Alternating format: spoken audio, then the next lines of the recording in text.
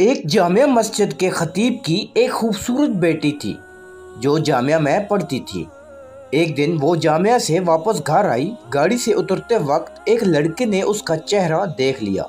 لڑکی بہت حسینہ و جمیلہ تھی۔ لڑکے کو پسند آئی۔ اس نے پتہ کیا لڑکی خطیب صاحب کی بیٹی تھی۔ لڑکے نے اس دن سے صف اول میں نماز پڑھنے کا اہتمام شروع کر دیا۔ اذان سنتے ہی وہ مسجد کے دروازے پر پہنچ جاتا۔ نماز تک تلاوت قرآن میں مشغول رہتا تھا۔ 6-7 مہینے تک وہ اسی معاملات کا پابند رہا۔ اس کے بعد اس نے والد سے شادی کی خواہش کا اظہار کیا۔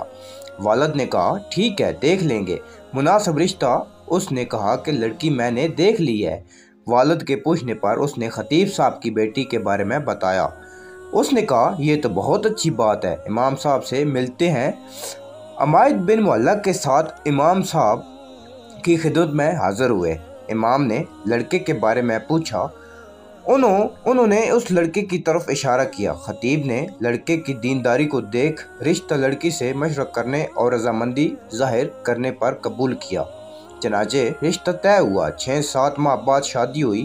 شادی کے کچھ عرصہ بعد لڑکے نے نماز پڑھنے میں سستی شروع کی۔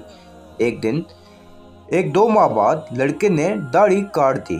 گھر آنے پر لڑکی نے سخت ناراضگی کا اظہار کیا۔ اس نے کہا کہ یہ نمازیں تو میں تمہیں حاصل کرنے کے لیے پڑھ رہا تھا، اب مقصد حاصل ہو چکا ہے، اب کیا ضرورت؟ لڑکی یہ سن کر بہت افسردہ ہوئی اور جا کر والد صاحب سے کہا کہ اس بے دین کے ساتھ ایک دن نہیں رہنا چاہتی۔ یہ معاملہ محکمہ عدل تک پہنچ گیا۔ قاضی نے دونوں میں تفریق کا فیصلہ کیا۔ لڑکا بہت پریشان ہوا۔ اس نے بہت کوشش کی لیکن لڑکی کو دوبارہ نہ پا سکا۔ لڑکے نے ایک جادوگر سے مدد حاصل کرنے کا فیصلہ کیا۔ جادوگر نے بڑے رقم ادا کرنے پر مطالبہ کیا۔ لڑکے نے سارے پیسے پیشگی ادا کیے۔ کچھ دن گزرنے کے بعد جادوگر نے مزید پیسوں کا مطالبہ کیا۔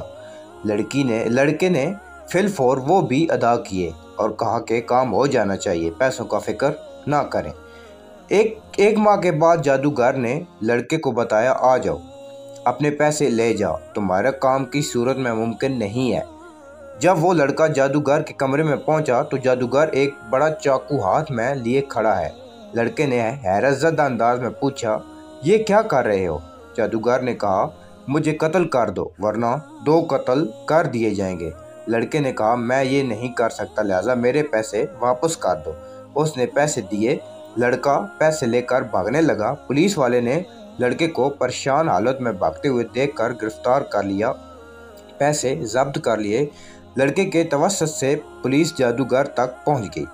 جادوگر نے پولیس کو کہا مار ڈالو، میں مرنے والا ہوں، مجھے وہ نہیں چھوڑیں گے۔ پولیس نے دونوں کو قاضی کے پاس لے گئے۔ قاضی کو جادوگر نے پوری کہانی سنائی کہ ہم اس تمادبل شیطان کے ذریعے جادو کا عمل کرتے ہیں اور کامیاب ہو جاتے ہیں، لیکن اس لڑکی پر جب میں نے یہ عمل کیا اور شیطانوں سے مدد حاصل کرنے کی کوشش کی تو اس گھر کی حفاظت پر فرشتے مامور تھے۔ پھر میں نے دوسرا عمل کیا، تب بھی فرشتے مامور تھے لیکن پہلے سے تعداد میں زیادہ۔ اس کے بعد میں نے رئیس الشیطان سے مدد لینے کی کوشش کی۔ اس بار جب وہ گھر کے پاس گئے تو وہاں فرشتے کھڑے تھے۔ سبحان اللہ۔ اس دن کے بعد سے اب مجھے وہ شیطانی گروہ مارنے پر تلے ہیں۔ قاضی حیران ہوا۔ اس نے خطیب صاحب کو بلایا۔ جب امام صاحب تشریف لائے تو انہوں نے پوچھا کیا عمل کرتے ہو؟ کہ فرشتے آپ کے گھر کی حفاظت پر مامور ہیں۔ اس نے پوچھا کیوں، کیا ہوا؟ کیونکہ اس کو پتہ بھی نہیں تھا کہ یہاں کیا چل رہا ہے۔